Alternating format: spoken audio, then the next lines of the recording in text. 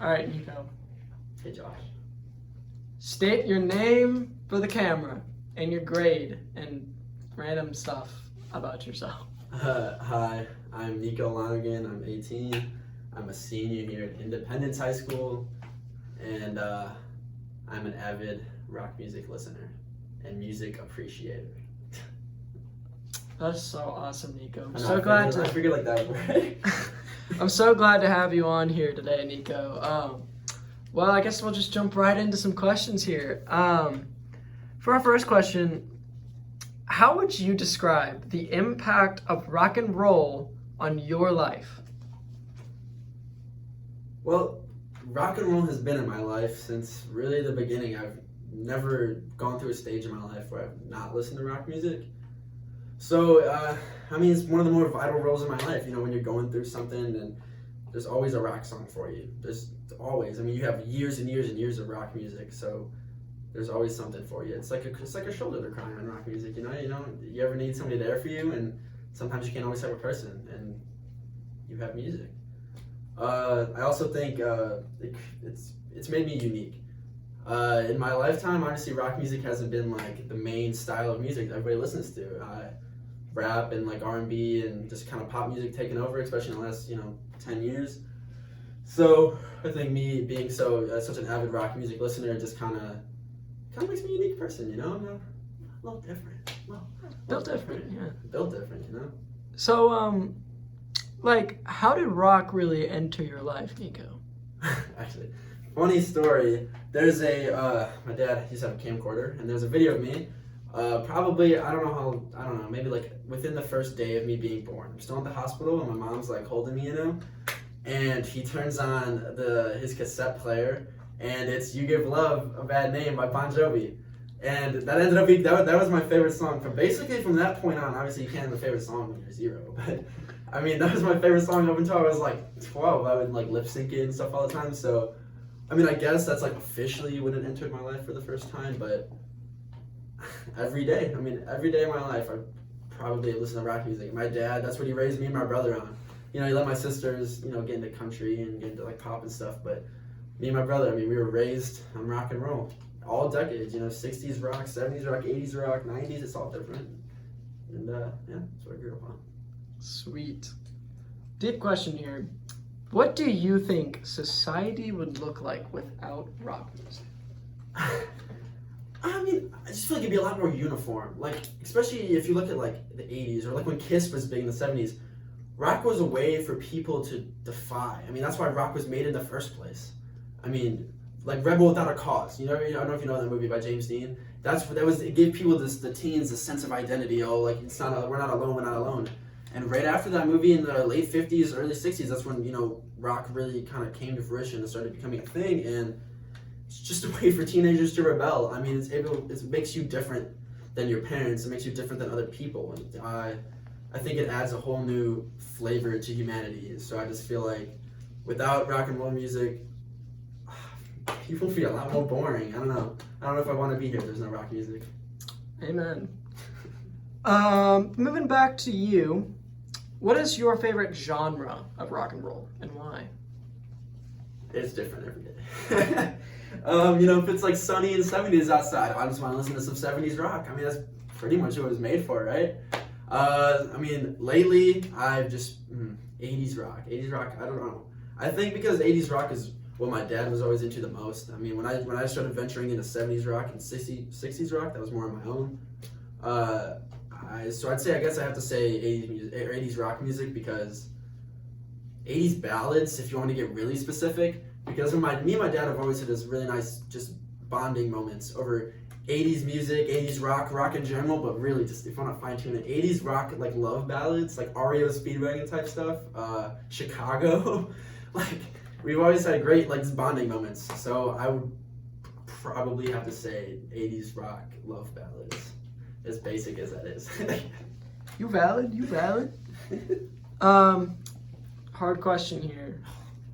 What is your favorite artist of all time? And why? Stupid question. Not stupid. No offense to you, Josh. That is the most impossible question to answer, in my opinion. I mean, obviously, I doubt there's harder questions, or I know there's harder questions to answer if you're like a science guy. But in music, trying to pick your favorite artist, I mean, you could ask me today, and I could give you an answer, and then you would ask me 15 minutes from now, 20 minutes from now, I would probably have a different answer. It's really just how you're feeling in that moment. So at this exact moment, because Boston's stuck in my head, I really want to listen to Take You Home Tonight. I would say Boston, but it's not Boston. It's really not. It'll probably be Bon Jovi later today, and I'll probably go to Journey later, and I'll probably go back to Led Zeppelin by the night's end. It's different every moment of the day, and it's different every mood you had, every, just the way your brain's wired. You just can't always have one favorite song or one favorite artist. Right? All right, so you thought that question was hard. It's about to get a little bit harder. If you had to listen to 5 albums for the rest of your life, what would they be? Okay. It's kind of funny. I was actually trying to do this yesterday with my dad. I was trying to figure out what our 5 like desert island albums would be. Okay, I gotta start off with Oasis. What's the Story? Morning Glory has slowly become one of my favorite albums.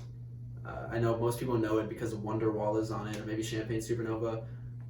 Wonderwall is probably my least favorite song on it, which is, I know, shock value, but literally that is one of the best albums, top to bottom, if you listen to all of it. So I'd have to say that one definitely up there. I can listen to that forever. Boston 1. Boston 1's solid. Like, you can't go wrong with Boston 1. I was like, when I first got the album, I bought that album during quarantine, like during COVID, so probably within the last year. And I thought I knew a lot about Boston until I listened to that album, and I found, my new favorite song is Let Me Take You Home Tonight, and that's on that album, and I didn't know it. I've been listening to Boston since I was 3, and I didn't know it until I turned, I was already 18, so I'm gonna have to say Boston. Led Zeppelin 4, or the unnamed album, if you want to really get technical, for very obvious reasons, in my opinion. Going to California, just a beautiful song. I guess Stairway to Heaven's on there too. Is that 3, right? That's 3. You got 2 more. It's so hard now. Desperado by the Eagles. And a lot of people won't even say that that's like a top Eagles album, but oh my god.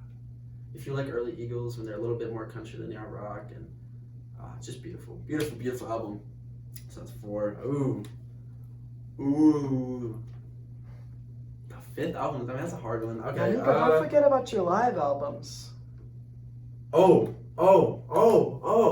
And I'm still you're not even gonna think of what I'm thinking of right now. Peter Frampton Comes Alive. Because that is, in my opinion, the best live album to exist. And I know you probably don't agree on either of those statements that I just made, but you said if I could listen to it for the rest of my time. Dude, Ooh Baby I Love Your Way comes on. Oh, you're just sitting there.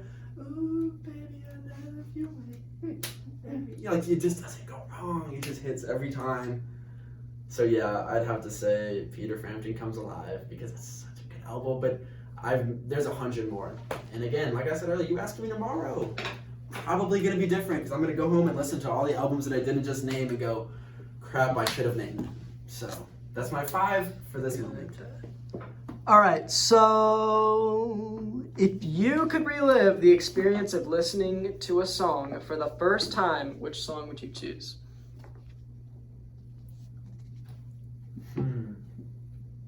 So this isn't really a rock and roll song, Okay. as I find. It's a 70s song.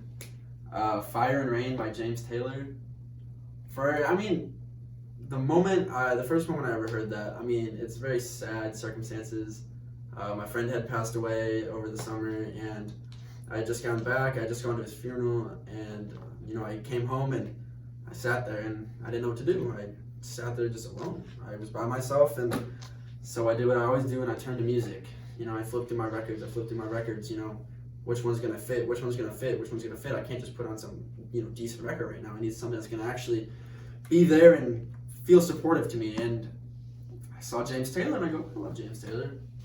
The first song on side 1 of, I can't even tell you the album I have because it's not the original that's on, but it's Fire and Rain, and it's a song about how he lost a friend of his years before in a plane crash, and just the chorus or the main verse or whatever it is, I always thought that I'd see you again, and that's a huge thing to me. And I just remember how I felt in that moment, just almost overtaken with emotion, but in a different way than you'd expect. I wasn't overcome with emotion like I was at the funeral. I'm sitting there depressed and I'm overcome with the feeling of, I'll see him again. He's, it's just almost relief in a way, and that song's just been one of my greatest support systems since. So I'd probably have to say that one.